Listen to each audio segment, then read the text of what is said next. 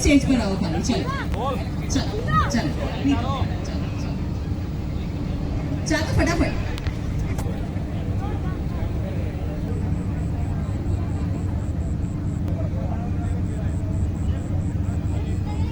Favourite દીકરો કયો? લાડકો કોણ વધારે? વધારે લાડકો કોણ, મોટો કે નાનો? મોટો મોટો. ચાલો બંને વહુમાંથી લાડકી વહુ કઈ?